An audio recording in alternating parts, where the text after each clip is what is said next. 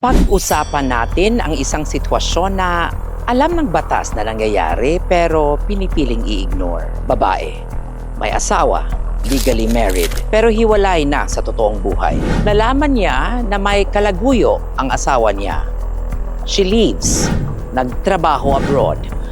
At habang nasa abroad, she entered into another relationship. Isang relasyon na nauwi sa pagbubuntis. Hindi ito haka-haka, ito ay eksaktong facts ng Ordonia versus Pasig City Local Civil Register.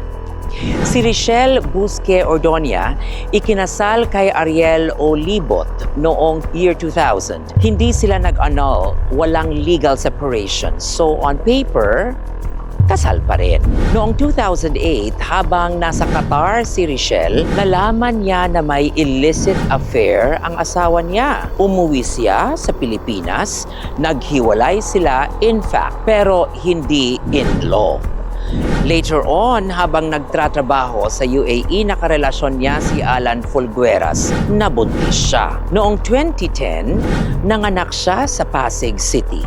At sa Certificate of Live Birth, ang pangalan ng bata ay Alrich Paul Ordonia Fulgueras with Alan listed as the father. Years later, doon niya nakita ang problema. So she went to court, not para itago ang katotohanan, kundi para itama ang records. Nag-file siya ng Rule 108 petition. Palitan na ang apelyido ng bata mula Fulgueras to Ordonia, ang kanyang maiden name, at tanggalin ang paternal entries. Simple lang ang sinabi niya, illegitimate ang anak ko. Let the records reflect the truth. Pero ang sagot ng Korte Suprema, hindi pwede.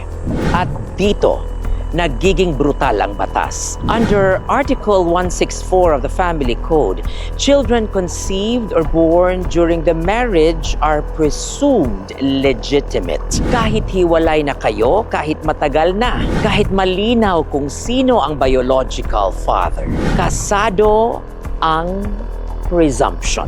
At mas lalong sumasara ang pinto under Article 167. Kahit ang ina mismo ang magsabi ng illegitimate ang anak, kahit aminin niya ang adultery, legitimate pa rin ang bata sa mata ng batas. Meaning nito, walang boses ang nanay.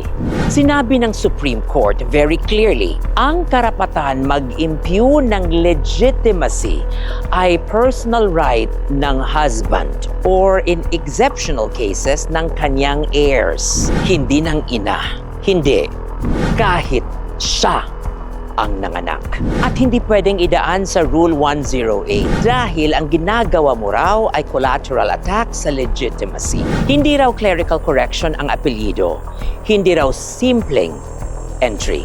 Dahil bago mo palitan ang apelyido, kailangan mo munang patunayan na hindi legitimate ang bata. At sa ilalim ng kasalukuyang batas, wala kang standing para gawin yan bilang ina.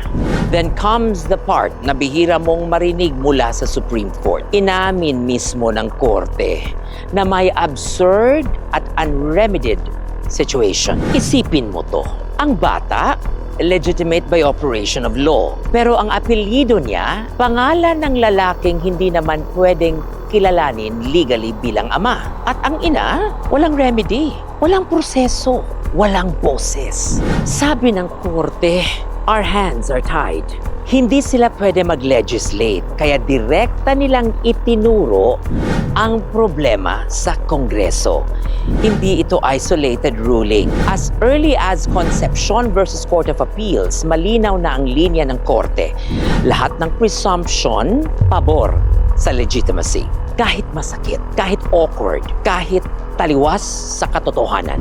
Dahil sa ating sistema, mas pinoprotektahan ang status kaysa truth.